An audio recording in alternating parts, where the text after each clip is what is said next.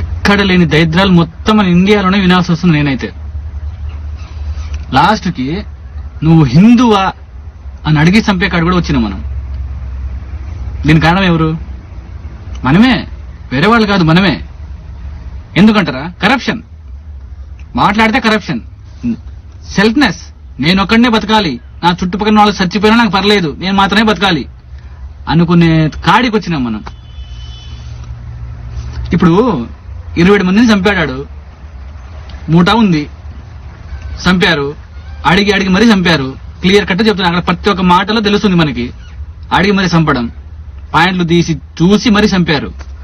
అంటే వచ్చినోడు ఎవడు? క్లియర్ కట్ గా చెప్తున్నాడు. ఇంకోటి మ్యాటర్ ఏంటంటే క్లియర్ కట్ చెప్తుండు, వెళ్ళి మోదీని చెప్పమని. అర్థమవుతుందా? అంటే ఏం చేయలేరు, ఏం పీకలేరు, మేము ఇట్లనే చెప్తాం, ఇట్లనే చంపుతాం. అరే మన కాశ్మీర్ లో వచ్చి చంపారు, రేపు మన ఢిల్లీ కూడా రావచ్చు, మన హైదరాబాద్ కి రావచ్చు, మీ ఇంటికి కూడా రావచ్చు. దానికి కారణం ఎవరు? నువ్వు నేను కాదా? పైసలకు అమ్ముకోవడం కాదా అది? అరే ఆడదాకేందుకు, రేపు నీకు 10 లక్షలు ఇస్తాం, మీ అమ్మని చంపేయమంటే చంపేస్తావు నువ్వు, అంతేగా? ఈ ఇంకా ఎన్ని ఘోరాలు చూడాలి వస్తుందని నా మీద నాకే ఆయాసం వేస్తాను తెలుసా. పక్కనూరు నుంచి రాడు, మనలో నుంచే వస్తాడు. వాళ్ళు మన పాకిస్తాన్ నుంచి వచ్చిర్రా మనకి చంపడానికి? ఏం మా గేట్లు లేవా? మేము లేవా ఆడ? మేము కాపులు కాస్తున్నాంగా. ఎక్కడి నుంచి వచ్చినాడు?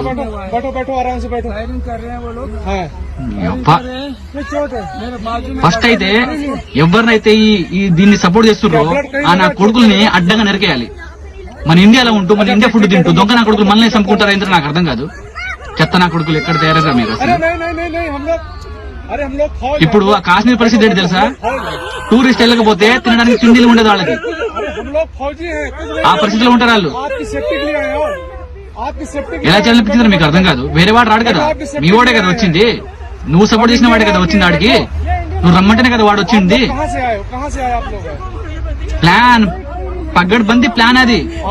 హేల్గాం నుంచి హాస్పిటల్ దగ్గర 50 కిలోమీటర్ దూరంలో ఉంది హాస్పిటల్.